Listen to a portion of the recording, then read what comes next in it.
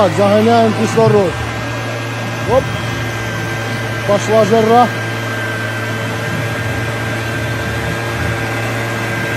Даем рыбе трохи вздохнуть кислородиком.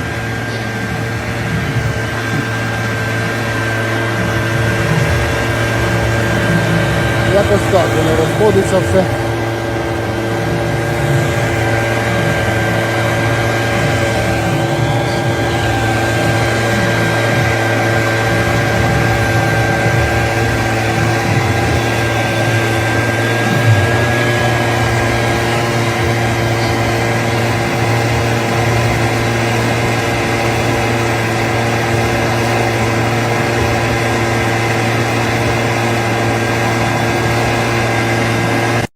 Так, загоняем кислород. Today I'm going to show you how to cut, rake, and large square bale this 1.7 acre field in 1 minute. This will be the 4th cutting off of this field. It's the last crop of the year, and it's pure alfalfa. We're cutting it at 28 days.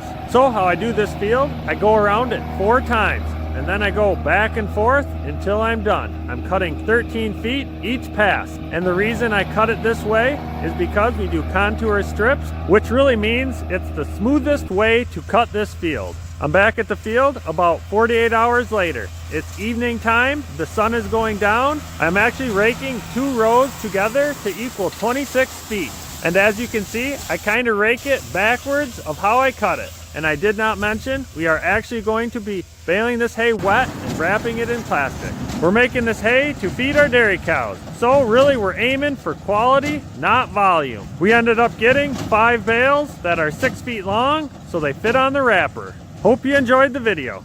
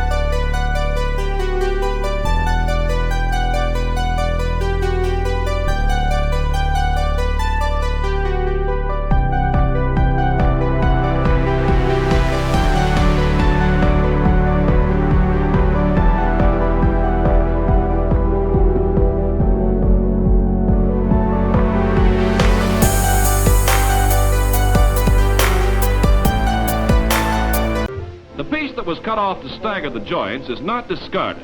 It fits this 16-inch space perfectly. That reduces waste and conserves man-hours.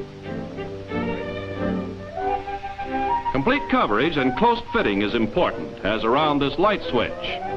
He carefully scores the paper around the opening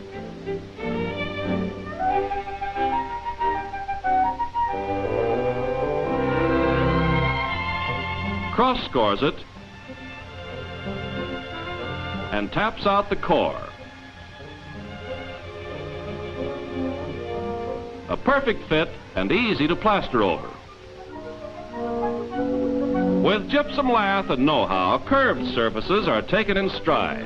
With framing that provides proper support for nailing, the lath is scored at intervals to accommodate the curvature, whether it be gentle or sharp.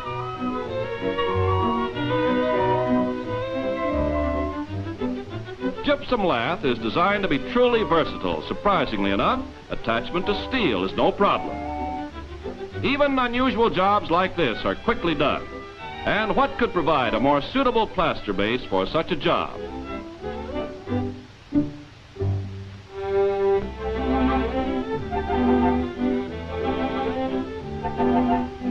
Scrap pieces like this always find their logical niche. This one came from the ceiling. The curve is scored on the back, then on the front face. A master craftsman and a perfect arch. Hello, join us as we harvest 4 frames of honey in the middle of spring. Once we're all set up, gonna turn those keys and wait for the flow to begin. Now look at that spring honey. Each frame is giving us a distinct colour with its own flavour. And that's why spring is such a great time to harvest honey with your flow hive. The bees are out foraging on all sorts of different flowers and they're bringing that pollen back to your hive, where you can harvest each frame individually and into separate jars, which you can see us doing right here. We also decided to make a little honey pyramid, which allows us to show off a bit and show the different colours that we're able to get from each of these 4 frames. And there we go, there's the last jar on top of our little honey pyramid. And would you look at that, all from one hive, and the honey's still flowing.